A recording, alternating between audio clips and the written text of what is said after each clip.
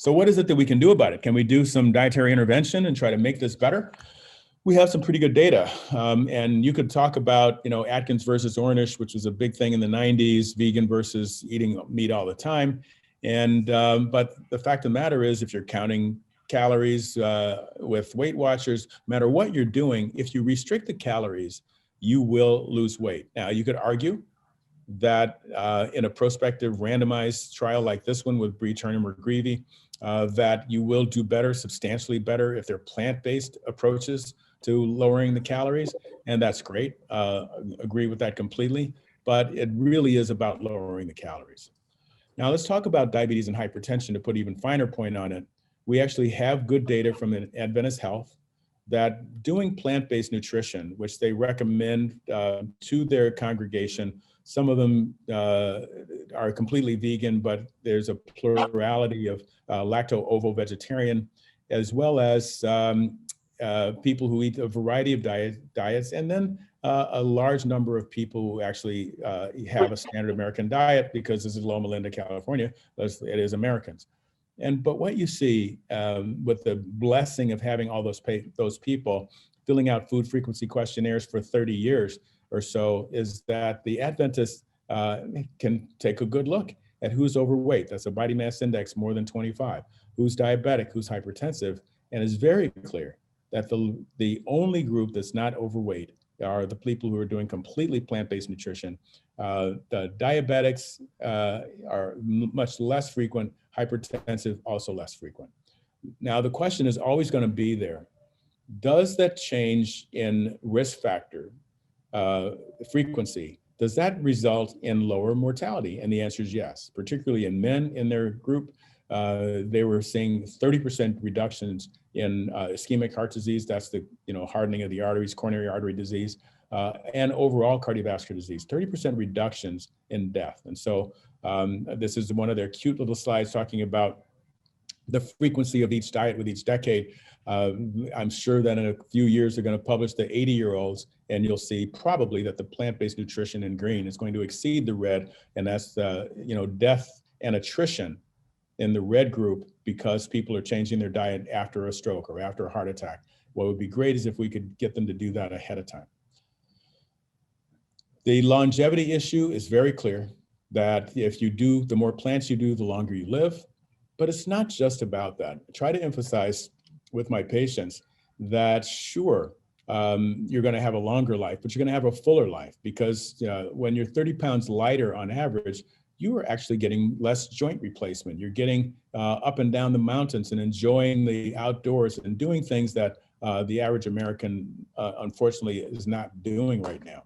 And so what I'm really pushing for is not just a better quantity of life, but better quality as well.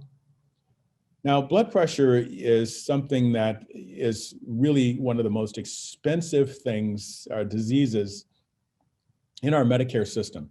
About 67% of all Medicare beneficiaries actually have hypertension. And when you do plant-based interventions, such as shown on this Neil Barnard meta-analysis, it's very clear that people who go and switch over to plants are going to have a fall in their blood pressure. And we've had good prospective randomized data, as you saw in the previous slide.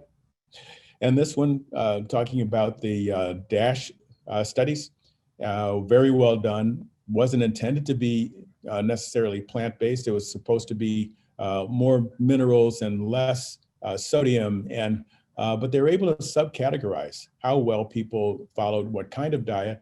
And notice in red that if the people in the DASH trial were doing a lower fat and cholesterol diet, that is less animal products, they got a significantly better blood pressure response.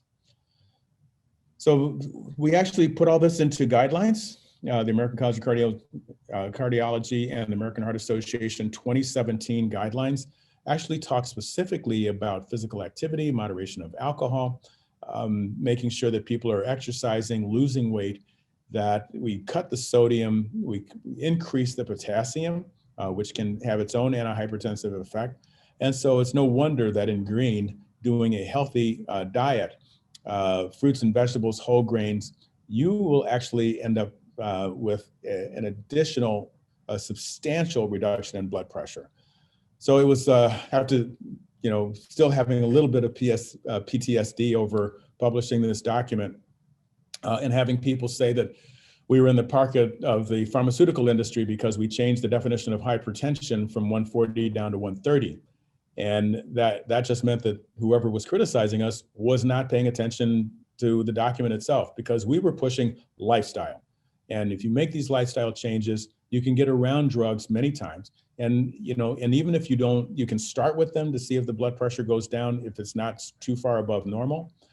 And if it is significantly above and you need to actually start medication, you still should be doing lifestyle with an eye toward reducing medication use in the future. So hopefully that message has gotten out there now 4 years later, and people understand that we were talking about lifestyle. I'm going to talk about sugar for a little bit because it represents a particular problem.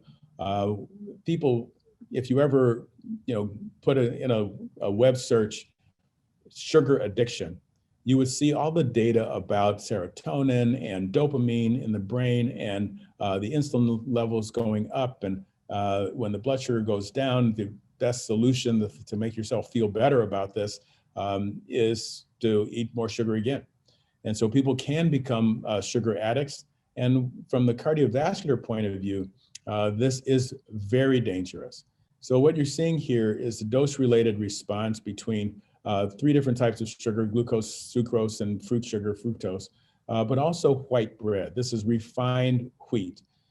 Take the kernel out, take the husk away, and what you're left with is this juicy portion that is the kernel, taking away the bran and the fiber.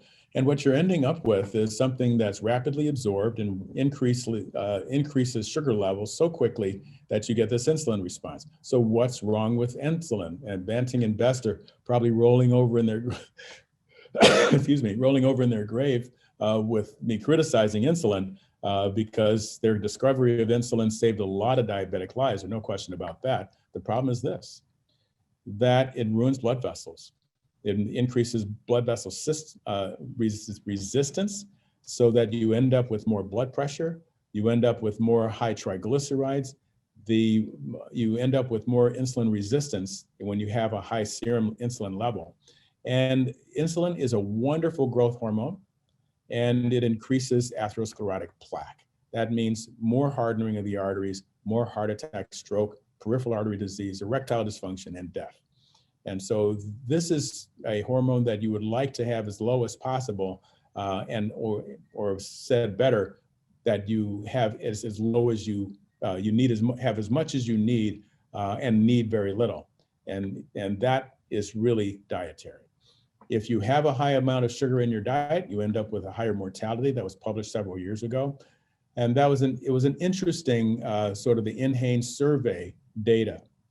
A very separate data set said basically the same thing, and that is nurses' health analyzed for nutrition. Sure, nurses die when they get older. Nurses die when they're smoking, okay? And nurses will die faster when they're diabetic, but they die more of eating a glycemic load, that is a sugar load, like a glazed donut, is more dangerous than eating a hamburger or a steak, where you end up with increased mortality, but not numerically quite as high as the sugar load. On the other hand, eating cereal fiber would actually drop your mortality.